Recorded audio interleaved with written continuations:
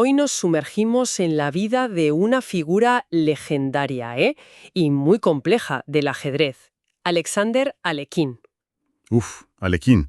Sí, un personaje fascinante. Es que es el único campeón mundial que murió con el título. Lo llamaban el artista del tablero, un genio total.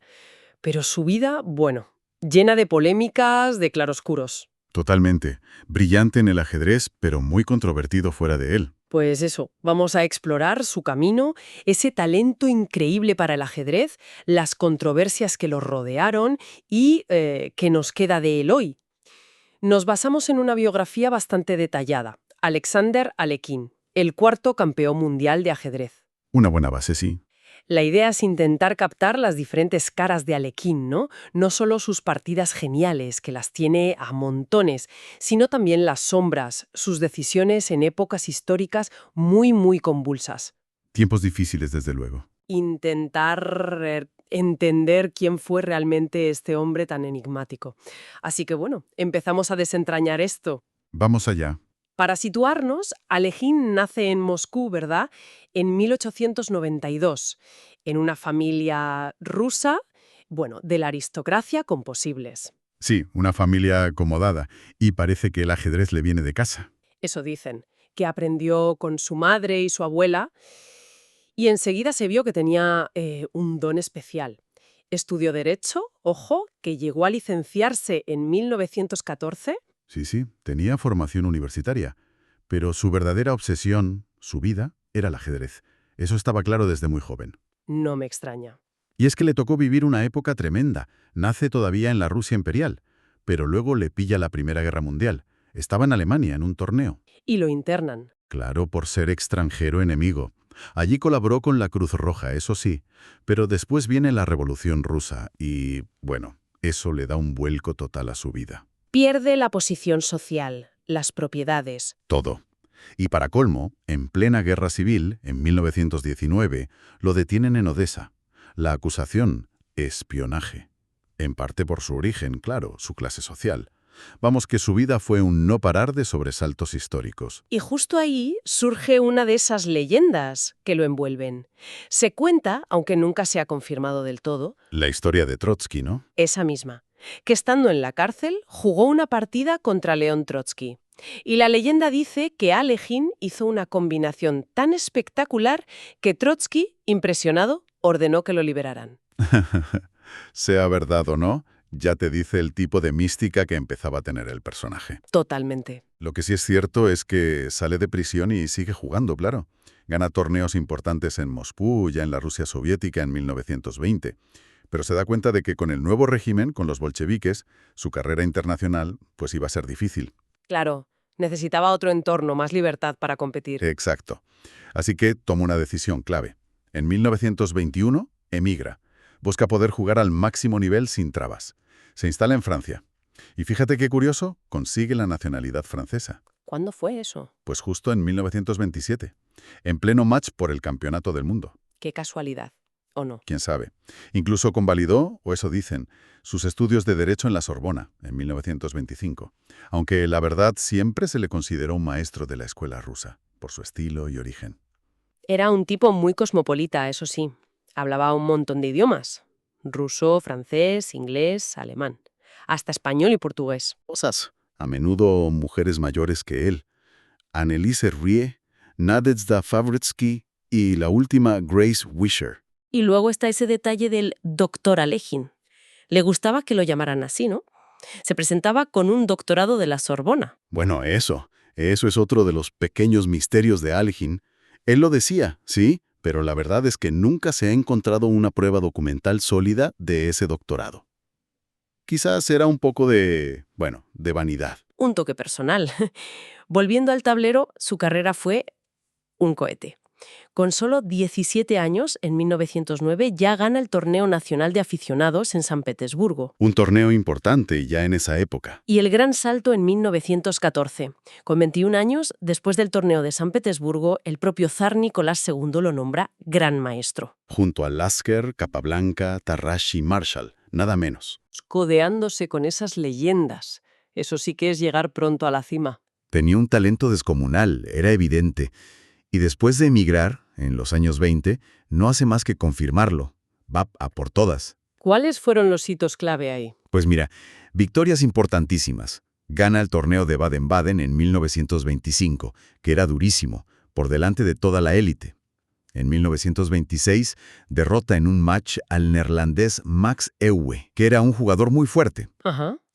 Y en 1927 queda segundo en el Supertorneo de Nueva York. ¿Quién quedó primero? Capablanca, el campeón, O sea que ya estaba ahí llamando a la puerta. clarísimamente. Demostró que estaba preparado para retar al campeón. Pero claro, retar a Capablanca. El cubano parecía imbatible en esa época y además pedía una bolsa de premios gigantesca. Sí, puso unas condiciones económicas muy exigentes para defender el título. Y aquí viene la sorpresa, ¿no? ¿De dónde sale el dinero? Pues resulta que del gobierno argentino.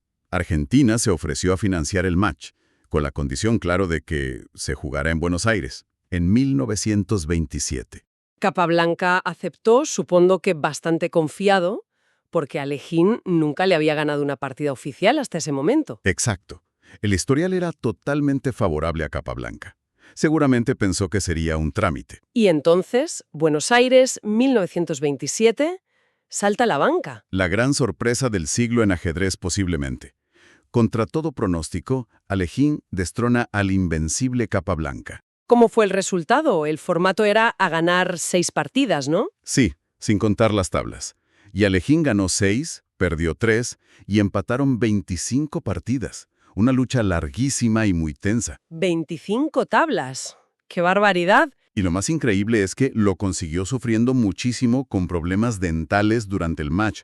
Le tuvieron que sacar varias muelas en plena competición. No me digas. ¿Qué aguante físico y mental tuvo que tener? Una proeza, realmente. Al volver a Europa, en España lo recibieron como un héroe. Curiosamente, en París, la recepción fue algo más fría. Y como decíamos, fue durante este match que obtuvo oficialmente la nacionalidad francesa. Empieza entonces su primer reinado, que dura de 1927 a 1935. Pero aquí hay un punto, ¿eh? Un poco oscuro, ¿no? Evitó darle la revancha a Capablanca. Sí, esa es una crítica que se le hizo mucho. La relación entre ellos era malísima, había mucha enemistad, y Alejín le puso a Capablanca unas condiciones económicas tan duras como las que Capablanca le había puesto a él. O sea, le devolvió la jugada. Básicamente, prefirió defender el título contra Efim Bogoyubov, otro fuerte jugador ruso, pero al que Alejín tenía dominado. Le ganó cómodamente en 1929 y de nuevo en 1934. Pero donde sí demostró su poderío fue en los torneos, ¿verdad? Ahí fue demoledor. Sus actuaciones en San Remo, 1930, y Bled, 1931, son legendarias.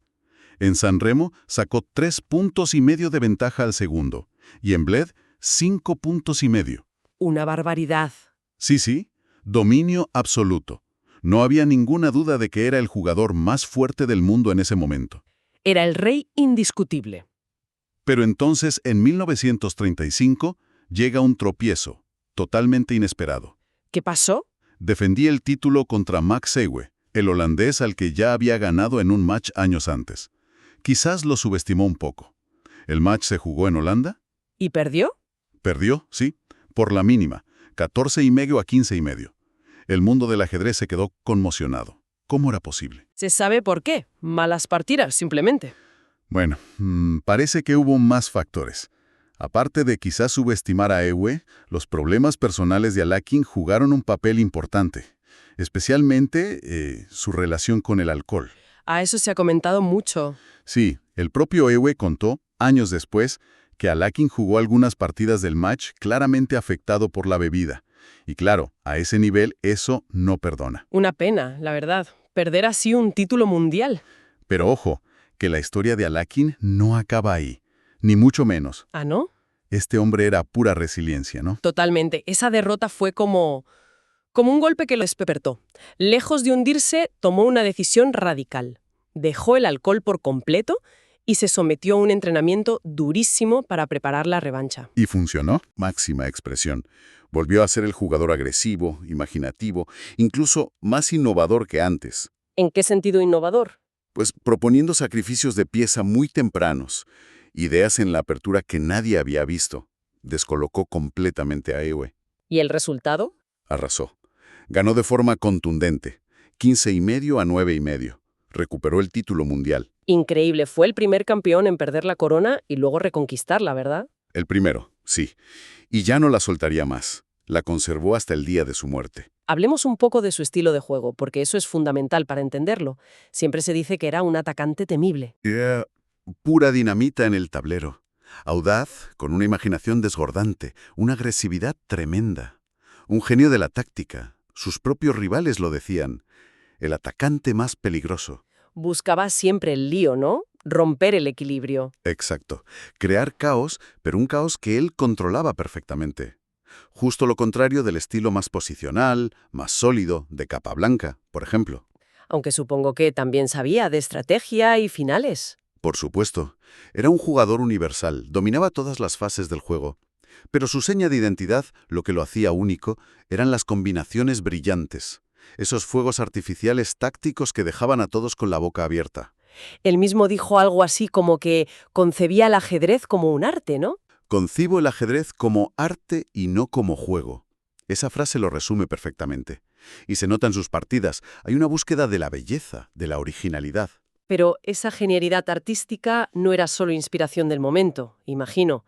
Había trabajo detrás. Muchísimo trabajo. Era un estudioso incansable. Se preparó a conciencia para destronar a Capablanca en 1927, analizando sus partidas, buscando puntos débiles. Y lo mismo hizo para la revancha contra Ewe en 1937. Y también hizo aportaciones a la teoría, ¿no? Sí, claro. Formó parte de la llamada escuela hipermoderna, junto a otros grandes como Reti o Nimzowitsch.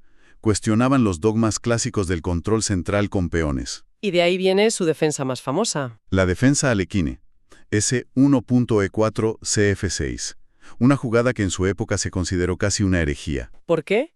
¿Qué tiene de especial? Pues porque en lugar de luchar por el centro con peones desde el principio, como decían los clásicos, invita al blanco a avanzar sus peones centrales, con E5, para luego atacarlos desde los flancos con las piezas. Es una estrategia, provocadora, contraatacante, muy del estilo de Alekhine. Una bofecada a lo establecido. Totalmente. Y él la popularizó, demostró que era jugable al más alto nivel. También dejó su nombre en otras variantes, como el ataque Alekhine-Chatard en la defensa francesa. Era un maestro del ataque y la preparación. Y su habilidad pura era asombrosa, ¿no? Lo de las partidas a ciegas. Eso era increíble. Rompió récords mundiales de partidas simultáneas a ciegas. En 1933 llegó a jugar contra 32 rivales a la vez, sin ver ni un solo tablero. 32 tableros, sin verlos. Es que cuesta hasta imaginarlo. ¿Y cómo le iba? Pues ganaba la mayoría de las partidas. Y lo más asombroso es que incluso en esas condiciones extremas era capaz de crear combinaciones brillantes, jugadas espectaculares. Era una demostración de su memoria prodigiosa y su capacidad de cálculo. Genio puro. Pero claro, por muy genio que fuera, la historia siguió su curso. Estalla la Segunda Guerra Mundial. Y eso lo cambia todo de nuevo. Se truncan los planes para defender el título. Tenía pendientes matches contra la nueva generación que venía fuerte. ¿Qué eres? Botvinnik. La guerra lo pilla en Buenos Aires, ¿no? Estaba jugando a la Olimpiada de Ajedrez de 1939. Sí. Y a diferencia de otros jugadores que se quedaron en América, él decide volver a Europa, a Francia. Se alistó como voluntario en el ejército francés en tareas de sanidad. Pero Francia cayó rápidamente ante los nazis. Exacto. Y su intento posterior de escapar a Estados Unidos con su esposa Grace fracasó. Quedó atrapado en Europa ocupada por los nazis. Y aquí entramos en la etapa más oscura y controvertida de su vida. Sin duda. La colaboración con el régimen nazi. Es un tema delicado y complejo.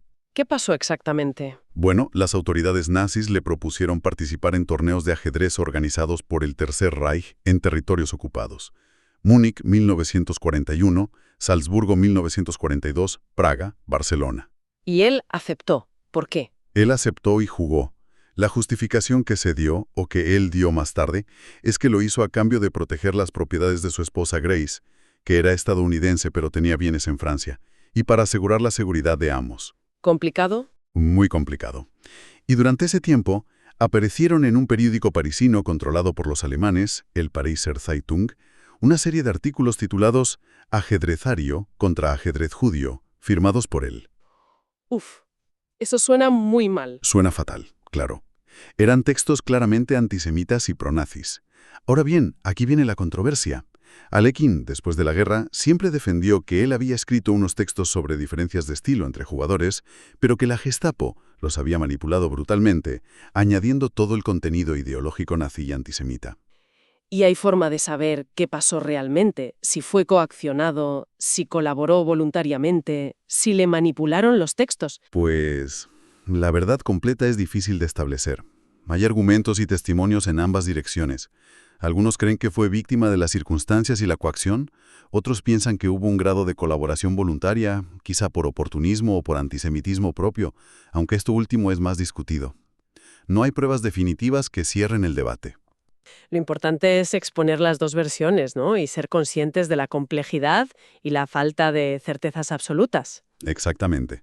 Lo que es innegable es que sus artículos y su participación en esos torneos dañaron enormemente su reputación y le persiguieron hasta el final de sus días, y más allá. Es una mancha difícil de borrar. ¿Sus últimos años dónde los pasó? Principalmente en la península ibérica. Se trasladó a España en 1943, luego también estuvo en Portugal. Y su salud ya estaba muy deteriorada para entonces, ¿verdad? Y además arrastraba las consecuencias de años de abuso del alcohol, problemas de hígado, la presión arterial por las nubes. Los médicos le advertirían, supongo. Sí, le advirtieron seriamente, pero parece que no hizo mucho caso. Además, estaba prácticamente arruinado económicamente, dicen que bastante deprimido. Daba exhibiciones simultáneas en pueblos para poder comer. Y seguía bebiendo en exceso. Un final de vida muy duro. Qué triste final para un campeón del mundo.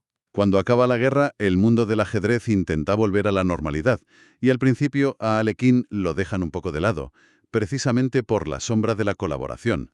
Se le excluye de algunos torneos. Pero entonces surge una figura clave, ¿no? Sí, Mikhail Botvinnik, el gran maestro soviético que era el aspirante número 1 al título desde antes de la guerra.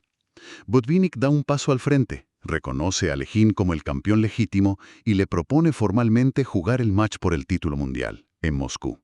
Retomar el plan que tenían antes de la guerra. Eso debió ser un balón de oxígeno para Alekhine. Totalmente. Fue como una última oportunidad de redención, de volver al primer plano. Aceptó entusiasmado. Volvió a dejar el alcohol, se puso a entrenar intensamente en Estoril, en Portugal. Quizás soñaba con volver a Rusia, aunque fuera para jugar ese match y reivindicarse en el tablero. Pero ese match Mm. nunca llegó a jugarse. Nunca. El 24 de marzo de 1946, Alexander Alekhine fue encontrado muerto en su habitación de hotel en Estoril. Tenía 53 años. ¿Cuál fue la causa oficial de la muerte? La versión oficial, basada en la autopsia realizada por médicos portugueses y en el testimonio de la persona que lo encontró, fue asfixia por obstrucción de la laringe con un trozo de carne. Se supone que se atragantó mientras cenaba solo en su habitación. Sin embargo, siempre ha habido teorías alternativas, ¿verdad? Las circunstancias eran un poco extrañas. Sí, las fotos de la escena del crimen, con el tablero de ajedrez al lado, él desplomado en la silla, han alimentado muchas especulaciones. Se habló de asesinato, quizás la resistencia francesa como venganza por su colaboración, o el KGB soviético, que quizás no quería que jugara contra Botvinnik por si perdía el soviético. ¿Hay algo de base en esas teorías? Investigaciones más recientes, como las del gran maestro canadiense Kevin Sprague, sugieren que la escena pudo ser manipulada, que hay detalles que no cuadran con un simple atragantamiento. Pero faltan pruebas concluyentes. La causa oficial sigue siendo esa. Así que murió rodeado de misterio. Y, lo que seguro, murió siendo campeón del mundo. Exacto, el único en la historia. Y su legado ajedrecístico, más allá de todas las controversias de su vida, es inmenso. Es, sin discusión, uno de los más grandes campeones de todos los tiempos. Demostró la importancia de prepararse a fondo, ¿no? Y de tener una voluntad de hierro. Como nadie. Sus duelos con Capablanca, con Ewe, son historia pura del ajedrez. Y su estilo influyó muchísimo en generaciones posteriores. Incluso la escuela soviética, que luego dominaría el ajedrez mundial, a pesar de las tensiones políticas que hubo con él. ¿Qué jugadores posteriores lo admiraron especialmente? Muchísimos. Campeones como Mikhail Tal, Garry Kasparov, incluso Bobby Fischer, todos reconocieron la influencia del juego dinámico y complejo de Alekhine. Marcó un estándar muy alto en cuanto a la preparación teórica y la lucha en el tablero. Y nos dejó partidas que son auténticas joyas, obras de arte. ¿Alguna favorita? Uf, es difícil elegir. Está la famosa partida de las 5 damas contra Grigoriev, una locura táctica. Su victoria modélica sobre Richard Reti en Baden-Baden, 1925, es una obra maestra estratégica. La defensa increíble con la que salvó unas tablas contra Capablanca en el torneo Abro de 1938. Exacto. O la combinación espectacular contra Yates en Nueva York, 1924. Además, fue un escritor magnífico. Sus libros recopilatorios como Mis mejores partidas de ajedrez, comentados por él mismo. Con una pasión y una profundidad increíbles, ¿verdad? Sí, son una maravilla. Todavía hoy son de lectura obligada para cualquier aficionado que quiera aprender. ¿Y cómo era él en lo personal? Más allá del tablero, porque tenía fama de ser complicado. Sí, tenía fama de ser difícil, temperamental, muy egocéntrico, con una competitividad feroz, a veces llevada al extremo. Tenía sus excentricidades, ¿no? Como lo del gato siamés Chess. Ah, sí, el famoso gato Chess. Y atención a la anécdota, que es buenísima. Cuentan que se llevaba al gato a las partidas del segundo match contra Uwe, sabiendo perfectamente que Uwe era alérgico a los gatos. ¡No me digas! Eso es guerra psicológica de alto nivel, ¿eh? Un poquito sí, parece. También estaba su insistencia en que lo llamaran doctor, aunque ese título fuera dudoso. La leyenda de Trotsky, que ya comentamos, era un estudioso compulsivo del ajedrez. Se dice que su lema era: cuando encuentres una buena jugada, busca una mejor. ¡Qué bueno! Se le llamó el ruso errante, siempre con esa nostalgia por Rusia, a la que nunca pudo volver tras la revolución. Acabó enterrado en París. Hay una frase suya muy citada: el ajedrez es vanidad, quizá dicha con algo de ironía o desencanto. Y otra muy dura que mencionaste antes: me han destruido las dos guerras. Esa es tremenda, ¿sí? Resume muy bien cómo la gran historia impactó brutalmente en su vida personal. Después de su muerte sí que ha habido un reconocimiento a su figura ajedrecística, ¿verdad? Sí, sin duda. Su tumba en el cementerio de Montparnasse en París, con un busto suyo y la escultura de un gato, es un lugar de peregrinaje para ajedrecistas de todo el mundo. En Rusia también lo recuerdan. Sí, le dedican torneos importantes. Los Memorial Alekhine está, por supuesto, en el Salón de la Fama Mundial del Ajedrez. Hay una placa en la casa donde nació en Moscú. Su vida tan intensa ha inspirado novelas como La nieve blanca de Rusia y varios documentales. Sigue siendo una figura que fascina. En definitiva, creo que Alekhine es el ejemplo perfecto de la complejidad humana llevada al extremo. Un genio absoluto del ajedrez, un innovador, un verdadero artista del tablero, pero al mismo tiempo un hombre lleno de contradicciones, marcado a fuego por la historia tan convulsa que le tocó vivir. Una historia brutal, sí. Y cuyas decisiones fuera de las 64 casillas generaron una polémica que, aún hoy sigue viva. Nos deja, eso es indiscutible, un tesoro de partidas inmortales y una forma de entender el ajedrez, ese enfoque artístico y combativo que sigue siendo una fuente de inspiración para muchos. Pero su vida, con esas luces tan brillantes y esas sombras tan profundas, inevitablemente nos plantea también una reflexión interesante. Y con esa reflexión nos quedamos pensando. Y dejamos la pregunta en el aire para quien nos escucha. ¿Hasta qué punto podemos o debemos separar la obra de un creador de su vida personal? Sobre todo cuando esa vida se desarrolla en circunstancias históricas tan extremas, tan complejas como las que vivió Alekhine. ¿Cómo juzgamos el genio cuando va de la mano de decisiones difíciles o incluso de actos moralmente reprobables o controvertidos? Es una pregunta que va mucho más allá del ajedrez, por supuesto, y que la vida intensa, contradictoria y finalmente trágica de Alexander Alekhine nos obliga, creo, a plantearnos.